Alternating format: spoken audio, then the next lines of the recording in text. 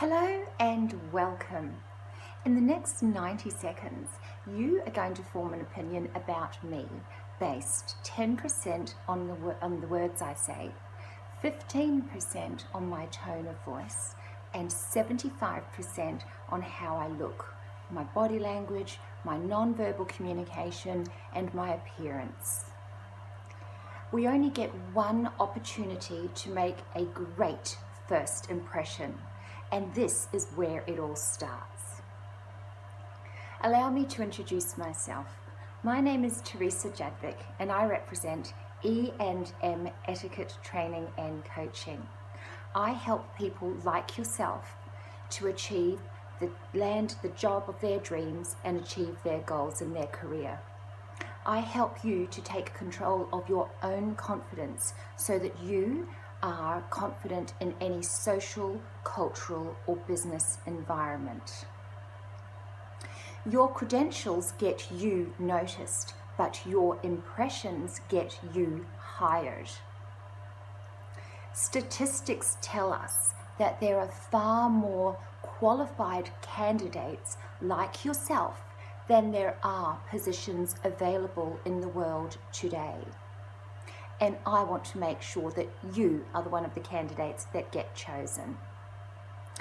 Those that possess these fine soft skills are always chosen for the shortlist when applying for jobs and positions.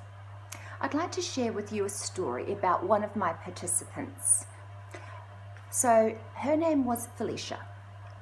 Felicia was studying her Bachelor of Laws, as many of you probably are, and she wanted to apply for a job in a firm that was predominantly female partners. So Felicia and I worked together over the training programs, and we fine-tuned Felicia's skills. We put her into a very corporate, very conservative attire, and she went for the interview. Now, when she was interviewed, when the partners, as I said, were predominantly female, interviewed her, they employed her on the spot. Mostly because she looked like corporate Australia. Some of the other candidates, there were up to 1,000 applying for that position, didn't have the soft skills that Felicia possessed. They weren't dressed appropriately. They were in high heels, plunging necklines, mini skirts. And although some of them had better credentials, Felicia looked like a corporate Australian representative in a law firm. This is just one example of the type of situations where I help people land the job of their dreams. So I'd like to also now tell you a little bit about the topics that you will learn when you do my training. We start off with an overview. So one of the topics is presentation. This is key. So knowing what to wear for what occasion, whether it be business casual, business formal, white tie, black tie, party attire, festive attire. It is crucial that you understand the differences in attire when you are representing your company. The next is meeting and greeting. Knowing how to meet and greet. Smile, shake someone's hand, look in the eye and introduce yourself. Making introductions of other people. Do you introduce your employer to your client or your client to your employer? Do you introduce your family to your CEO to your family? Knowing these fine skills and how to make the interaction very smooth is key. Another one is networking. Networking events are very common in today's business environment. You might need to attend many events and represent your company. So you need to know how to behave in those situations, who to speak to, how to introduce yourself to the key people that your company want you to meet.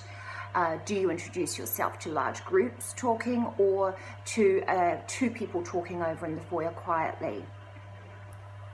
That could be a situation where you wouldn't interrupt, for instance. If it were two people talking quietly, it could be a high-stakes negotiation that you would not want to interrupt. Which brings me to discretion and tact. Discretion and tact, knowing when to not say what's on your mind. We don't always say what's on our mind, and we need to be very aware all the time of how we are communicating. Communication skills. A good communicator speaks only 20% of the time and listens 80% of the time. Table manners and dining skills. Even if we're not aware of it, we are judged by our table manners, particularly in a business setting. So when we dine with others, particularly in a business environment, it is very important that the focus be on interacting with others, and knowing very good business dining skills, again, is crucial for these interactions to take place. Generally, you will be discussing business content and negotiations, etc. So knowing your dining skills is very, very vital for good etiquette in business. We don't want to make others feel uncomfortable by poor dining skills. Now, some people might find that it's unfair that many have lost out on very good jobs because when they sat down to share a meal, their manners raised a red flag, and they have missed out simply because they didn't have these dining skills in place. You might think, well, why does it matter that an employer knows how I eat? Employers look for the entire package. They look for people who are poised, confident, self-assured, not just people who can do the job, which in most cases you can do the job and you do have the credentials. They look for someone who can represent the company in the best possible light. Why manners matter for profitability? You might think, well, I'm in business to make money. I don't need all that protocol and etiquette stuff.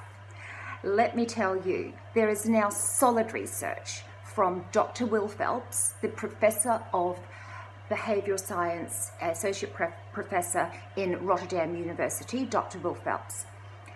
He has done research that has shown it can take just 5 negative interactions within an office environment to lower the productivity up to 40%. Having one person who violates the norms of good social manners and interaction does have an effect on teams. In America, $3 billion a year on attrition due to rudeness. People will leave a company and go to a less paid position and role if they are being treated rudely and unfairly or not treated with the respect they deserve. So team leaders and higher ups and executives and managers really need to know how to treat their subordinates with respect and civility. In the past, etiquette was more about walking with a book on your head and sipping high tea. These days, it is far more relevant and practical. It is about having well-mannered, appropriate conversations. It is about coming across in a way that makes others feel comfortable and feel at ease. The basic tenet of etiquette is making those around us feel comfortable, warm, respected, valued. And in business, this is key. There are many other businesses that have your product or your service. You want to be the one that they come to. RM consultants have identified in North America that 86% of companies hire an executive coach like myself to fine-tune their executives and their managers. Most small businesses and companies these days like when they identify future organizational leaders, will put them through this type of training to fine-tune their skills. Interpersonal skills, real face-to-face interactions and online interactions need this type of training and these type of skills. Which brings me to cyber civility and social networking, or social not working in some cases. Our online presence is vital. As you know, most companies will search up your identity prior to having you in for an interview. So you want that profile to be a person of substance. You want to project someone who is positive and is a person that a company would want to bring in for an interview. You may need to defriend or delete or cull a few of your associates on your online presence prior to going for interviews. So a little bit about me. I have been in the cosmetic industry for many, many years. I have worked in London with Selfridges, in America with Princess Cruises luxury cruise ship liners, in Australia with David Jones and La Prairie, as well as Chanel, Estee Lauder, Revlon.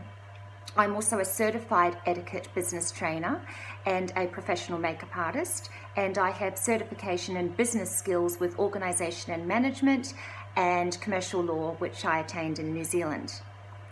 I currently work in Australia and love working with individuals. I've helped many individuals, company directors, actors, models, business people, lawyers, doctors, all sorts of different people to achieve their goals with these fine skills of business etiquette. And I would really love to be able to help you to land the job of your dreams, to get into the career that you want to be in. And I know that you all have the credentials, you're all brilliant, and these skills will just fine-tune you for the next level in your advancement. So I think I've covered most things. I look forward to working with you again. And remember, first impressions count. Make it a long-lasting impression, and it is key to your success. This is Teresa Jadwick from Eva and Malia E&M Etiquette Training and Coaching.